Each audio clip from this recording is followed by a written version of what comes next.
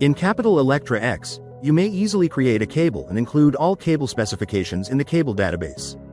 Single-core or multi-core cables can be easily assigned to wires. To do so, right-click on a wire and select Edit Wire. The wire window will be displayed, then click on the Cable button to access the cable window.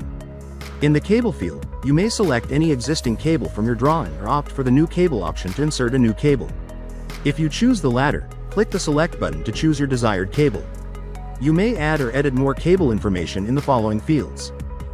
If you have multi-core cables, click the Arrange button to assign the cores.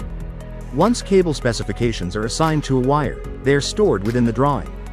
Team members with access can view these specifications and also reuse them for other drawings, ensuring a hassle-free collaboration experience. Sign up for a 30-day free trial today.